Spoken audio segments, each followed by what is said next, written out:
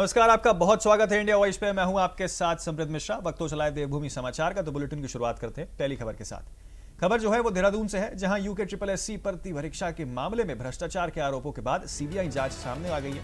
मामले में अब तक 3 लोग गिरफ्तार किए जा चुके हैं और सोमवार को सीबीआई ने स्वाभिमानी मोर्चा के अध्यक्ष बॉबी पवार को पूछताछ के लिए बुलाया था।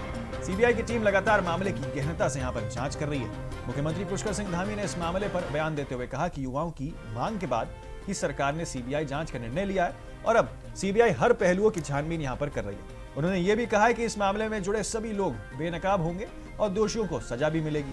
सीबीआई की कार्रवाई ने इस मामले में राजनीतिक और प्रशासनिक स्तर पर कहीं ना कहीं हलचल जो है वो मचा दी।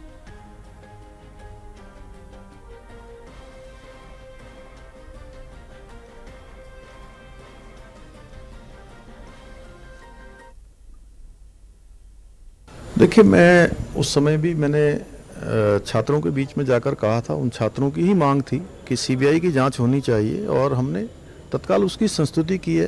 अब सीबीआई जांच कर रही है और मुझे लगता है कि जल्दी से जल्दी सीबीआई जांच करके अपने उस पर पहुंचेगी कि जो है आखिर इसमें क्या है, वो पूरे राज्य के लोगों के संज्ञान में आएगा। देखिए, मैं उस समय भी मैंने छात्रों के बीच में जाकर कहा था, उन छात्रों की ही मांग थी कि सीबीआई की जांच होनी चाहिए और हमने तत्काल उसकी संस्तुति की है। अब सीबीआई जांच कर रही है और मुझे लगता है कि जल्दी से जल्दी सीबीआई जांच करके अपने उस पर पहुंचेगी कि जो है आखिर इसमें क्या है, वो पूरे राज्य के लोगों के संज्ञान में आएगा। अगली खबर जो है वो अल्मोड़ा से है, जहां के चौकुटिया क्षेत्र में पिछले 20 दिनों से चल रहा स्वास्थ्य सेवाओं का लेकर आंदोलन अब जो है वो समाप्त हो गया। आपको बता दें, स्थानीय लोग बेहतर स्वास्थ्य सेवाओं की मांग कर रहे थे, जिसको लेकर आंदोलन कर रहे थे। मुख्यमंत्री पुष्कर सिंह धामी ने इस मामले में हस्तक्षेप कर स्थानीय लोगों से संवाद किया है और उनका आंदोलन समाप्त करवाया।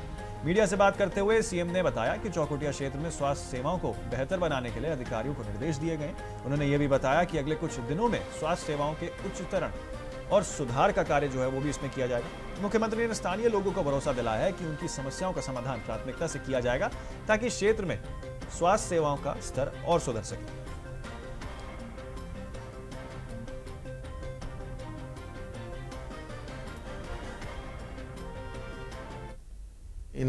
मैंने सभी आंदोलन करने वाले जो वहाँ के आंदोलनकारी थे, उन सभी से मैंने कल बात की और मैंने उनको कहा कि सरकार के पास जो भी साधन है वो हम पूरी तरह से उन साधनों को लगा के जो सबसे अच्छी व्यवस्था हो सकती है इन साधनों में, इन व्यवस्थाओं में जितने हमारे पास उपलब्धता है हम करेंगे। और उन्होंने अपना आंदोलन स्थगित किया है। सरकार उस दिशा में जल्दी प्रयास करके जो वहाँ पर सुविधाएं होनी है उन सुविधाओं को बढ़ाएगी। मतदाता सूची के विशेष गहन पुनरीक्षण यानी कि SIR को लेकर राजनीतिक हंगामा जो है वो बढ़ गया है। चुनाव आयोग द्वारा शुरू की गई इस प्रक्रिया का उद्देश्य वोटर लिस्ट को अपडेट करना था, लेकिन विपक्षी दल खासकर कांग्रेस ने इसे वोट चोरी की साजिश करार कर दिया। कांग्रेस का आरोप है कि सरकार के तहत लाखों नाम विशेष रूप से आदिवासी, दलित, OBC और प्रवासी मजदूरों के हैं, जो लिस्ट से हटाए जा रहे हैं। उत्तराखंड में भी विपक्ष ने SIR पर सवाल उठा दिए हैं। इसी बीच धर्मपुर से बीजेपी विधायक विनोद चमोली ने पूर्व मुख्यमंत्री हरीश रावत के वोट को लेकर विवादित बयान पर अपनी प्रतिक्रिया दी है। आरोप लगाते हुए उन्होंने कहा कि रावत माजरा के फर्जी वोटर हैं। रावत ने चमोली के आरोपों को खारिज करते हुए अपनी स्थिति स्पष्ट की। इस मुद्दे पर राजनीतिक दलों के बीच आरोप प्रत्यारोप जारी है और 2027 विधानसभा चुनावों से पहले SIR की प्रक्रिया बस बहस जो है वो कहीं ना कहीं अब छिड़ गई और बहस तेज भी हो गई।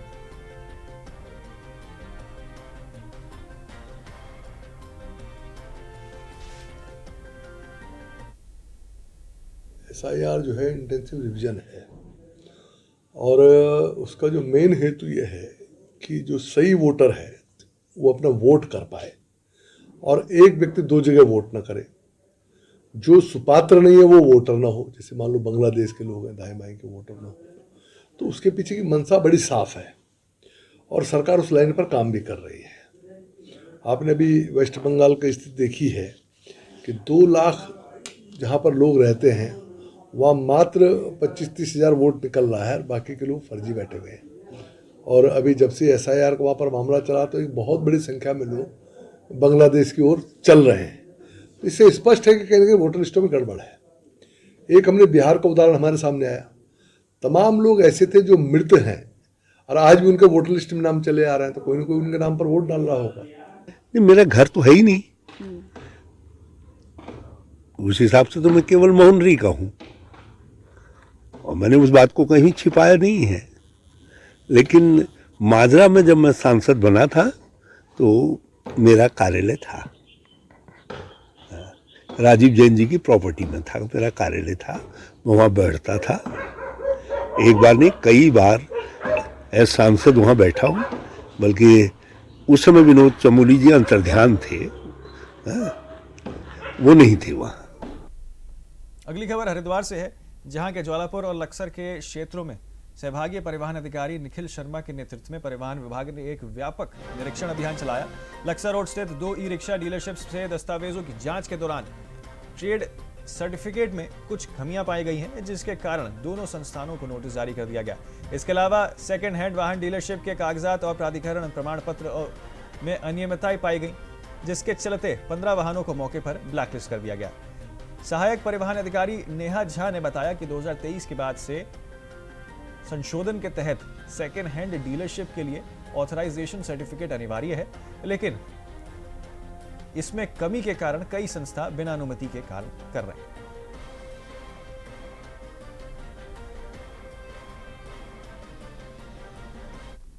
बेसिकली एक अभियान चला रहे हैं कि किनके पास ऑथराइजेशन सर्टिफिकेट है या नहीं है। 2023 के बाद से CMVR में यह अमेंडमेंट हुआ है कि सारे जो सेकंड हैंड डीलरशिप्स हैं उनको ट्रांसपोर्ट डिपार्टमेंट से एक ऑथराइजेशन सर्टिफिकेट लेना पड़ेगा और उसी के बाद ही वो वाहन का क्रय विक्रय कर सकते हैं। तो अभी बहुत ज़्यादा ये अवेयरनेस है नहीं, रूल भी अभी आए हुए बहुत ज़्यादा समय नहीं हुआ है, तो इसी तरह से अभियान चल रहा है। एक अवेयरनेस अभियान भी है, जिनके पास नहीं है वो ले लें। और अभी जितने भी ऐसे सेकंड हैंड डीलरशिप्स मिल रहे हैं जिनके पास ऑथराइजेशन सर्टिफिकेट नहीं है, वो गाड़ी सेल परचेज करें तो उनकी गाड़ियाँ ब्लैकलिस्ट की जा रही हैं और वो ब्लैकलिस्ट से तभी हटेंगी जब वो ये सर्टिफिकेट हमारे यहाँ से। सेकेंड हैंड डीलरशिप को लेकर हम लोगों के द्वारा अभियान चलाया जा रहा है, क्योंकि क्या होता है कि सेकेंड हैंड गाड़ियाँ ट्रांसफ़र हो जाती हैं, पेपर वाइज नहीं हो पाती हैं, लोग खरीद बेच लेते हैं लेकिन डॉक्यूमेंट्स पुराने उसके चलता रहता है, इसीलिए हम सेकेंड हैंड डीलरशिप के लेकर काम कर रहे हैं।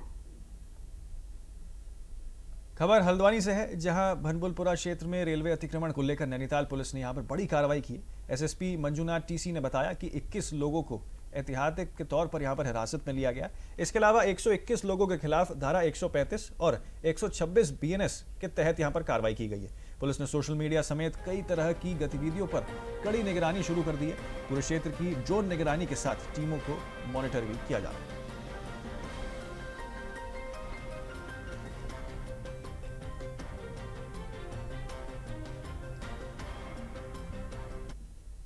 सर्वोच्च न्यायालय में डिसीजन प्रत्याशा में है। बनबुलपुरा रेलवे भूमि अतिक्रमण का जो पिटीशन का डिसीजन प्रत्याशा में है, इसको लेकर संपूर्ण पुलिस और प्रशासन जो है हाई अलर्ट मोड में है। आज जो है क्रेडिबल इनपुट्स, फील्ड का असेसमेंट और एरिया असेसमेंट के आधार पर जो संभावित जो उपद्रवी लोग हैं उन पर जो है कठोर जो है प्रिवेंटिव मेजर्स हमने अमल में लाई गए हैं। अभी तक कुल 121 लोगों के विरुद्ध 135 और 126 BNSS सेक्शंस के अंडर कार्रवाई की गई है, जो पूर्व में CRPC में 107-16 कहते थे। उसके अंतर्गत 121 लोगों का हमने आज जारी कराया है और उनको चालान डिलीवर भी हो गया है और उनको भारी धनराशि में मुचलका पाबंद किया जाएगा। और इसके अतिरिक्त कुल 21 लोगों को 21 लोगों को प्रिवेंटिव डिटेंशन की प्रावधानों के अंतर्गत हमने हिरासत में लिया है और गिरफ्तारी में लिया है। इसके अलावा भी सोशल मीडिया में, फील्ड में और अलग अलग प्लेटफॉर्म्स पे हमारा जो है सतर्क नज़र बनी हुई है। किसी भी प्रकार की अवांछनीय और अप्रिय और उपद्रवी कृत्य को जो करता भी है या करने का प्लानिंग भी करता है, उनके ऊपर कठोर एक्शंस हम लेंगे।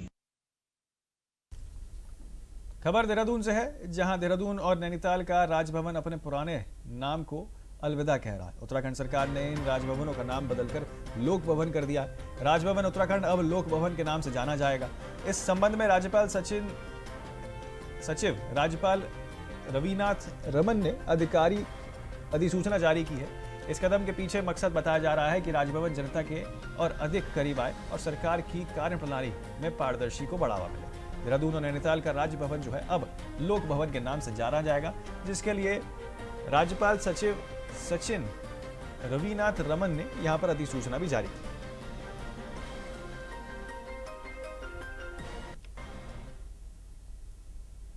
खबर देहरादून से है, जहां पंडित दीनदयाल उपाध्याय मातृ पितृ तीर्थाट योजना के तहत 60 वर्ष से अधिक आयु के 27 वरिष्ठ तीर्थार्थियों का पहला दल सोमवार को जागेश्वर धाम के लिए रवाना हुआ है।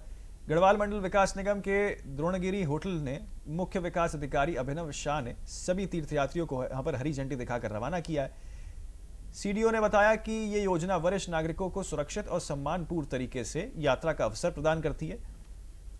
रवानगी कार्यक्रम में जिला पर्यटन विकास अधिकारी ब्रजेश पांडे समेत कई सारे अन्य अधिकारी भी उपस्थित रहे हैं। आपको बता दें, इस योजना के माध्यम से बुजुर्ग तीर्थयात्रियों को सुविधा और सुरक्षा के साथ धार्मिक अनुभव का अवसर भी मिलेगा।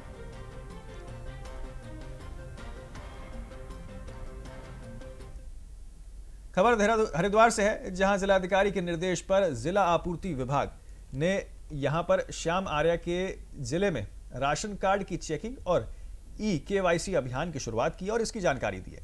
पहले राशन कार्ड में केवल परिवार के मुख्य के आधार पर दस्तावेज की जांच होती थी, लेकिन अब सभी परिवार सदस्यों की KYC अनिवार्य कर दी गई है। इसमें हर यूनिट का आधार से बायोमेट्रिक सत्यापन, फिंगरप्रिंटिंग और पहचान की पुष्टि की जाएगी। सत्यापन के बाद ही राशन वितरण संबंधित और निर्बाध रूप से किया जाएगा। हालांकि वर्तमान में राशन वितरण पर कोई रोक नहीं है। अधिकारी ने लोगों से अपील की है कि वे जल्द से जल्द KYC करवा लें, ताकि भविष्य में कोई परेशानी ना हो।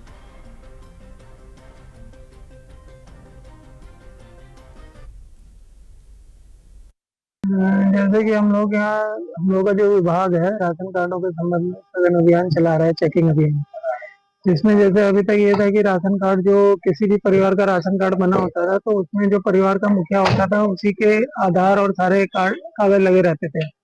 अब ये है कि हम लोगों ने ये कह दिया है कि भाई इसके अलावा जितनी भी यूनिट है उसमें राशन कार्डों में, उन सबकी KYC होगी, सबका आधार से बायोमेट्रिक होगा, सबका फिंगरप्रिंट लगेगा और सत्यापित होगा। उसके बाद ही उनको हम लोग जब वो सत्यापित करवा लेंगे तो उसके बाद हम लोग को राशन मिलना शुरू हो जाएगा। वैसे राशन का अभी कोई हम लोगों ने रोक नहीं लगा रखी है, और वो जल्दी से जल्दी अपने राशन की बायोमेट्रिक KYC करा लें, जिससे उनको आगे भविष्य में राशन के संदर्भ में कोई परेशानी नहीं हो।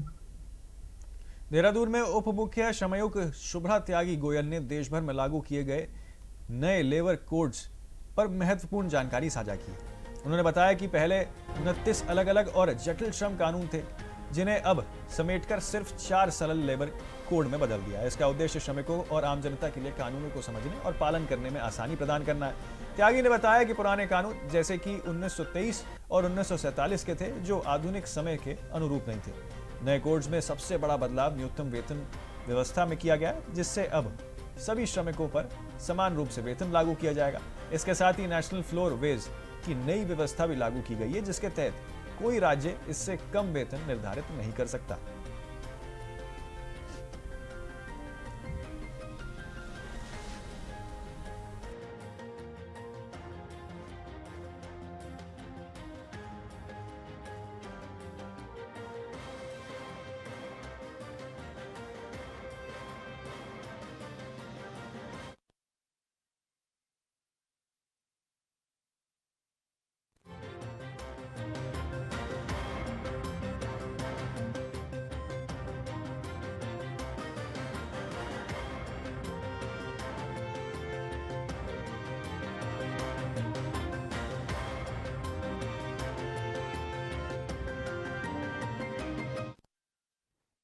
देखिए, आम आदमी की भाषा में अगर हम बात करें तो जो नए 4 लेबर कोड्स आए हैं, वो सिंपल सा अगर मैं बात करूं तो पहले 29 लेबर लॉज थे, जिनको कंसोलिडेट या समेकित करके हमने 4 लेबर कोड्स बनाए हैं।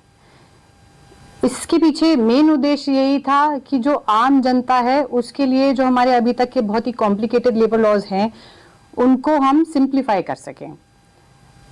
तो कुछ जो मेन प्रोविजन है उसमें जो इंक्लूड हुए हैं वो ये है कि जैसे कि पहले जो बहुत ही पुराने लेबर लॉज थे हमारे, कोई 1923 का था, कोई 1947 का था, वो नए ज़माने के हिसाब से और टेक्नोलॉजी के हिसाब से अपडेटेड नहीं थे, जो कि अब जब हम उन्हें लेके आए हैं तो उनमें काफ़ी सिग्निफिकेंट चेंजेस हम लेके आए हैं।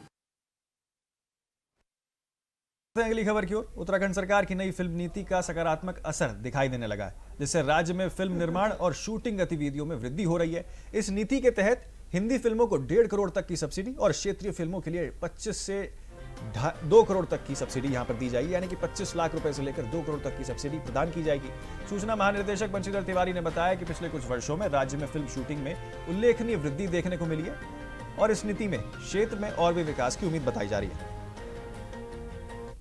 फिल्म नीति बना रहे थे, माननीय मुख्यमंत्री जी ने भी कहा था कि इसको दोबारा रिवाइज करिए, तो हमने उस समय मतलब देश के जितने भी दूसरे प्रदेशों की फिल्म नीति थी सभी का अध्ययन किया और जो भी अच्छे विचार थे और अच्छे पॉइंट्स थे उसको हम लोगों ने अपनी फिल्म नीति में जोड़ा। साथ ही जो राष्ट्रीय शिक्षा नीति थी उसके भी जो प्रावधान थे कि हम अपनी स्थानीय संस्कृति, स्थानीय भाषा, स्थानीय त्योहार को कैसे बढ़ावा दें, उसका कैसे संरक्षण और संवर्धन करें, तो शिक्षा नीति को जोड़ते हुए अन्य प्रदेश की नीतियों का अध्ययन करते हुए जो हमारे राज्य की भौगोलिक परिस्थितियां हैं उसको ध्यान में रखते हुए नई फिल्म नीति बनाई जिसमें स्थानीय जो हमारी सभ्यता, संस्कृति, बोली, भाषा। चलिए अब आपको लेके चलते हैं गुजरात के बड़ौदा, जहां पर जो है इस वक्त पद यात्रा में शामिल हुए हैं उत्तराखंड के मुख्यमंत्री पुष्कर सिंह धामी, और आपको दिखाते हैं किस तरीके का नजारा वहां देखने को मिल रहा है।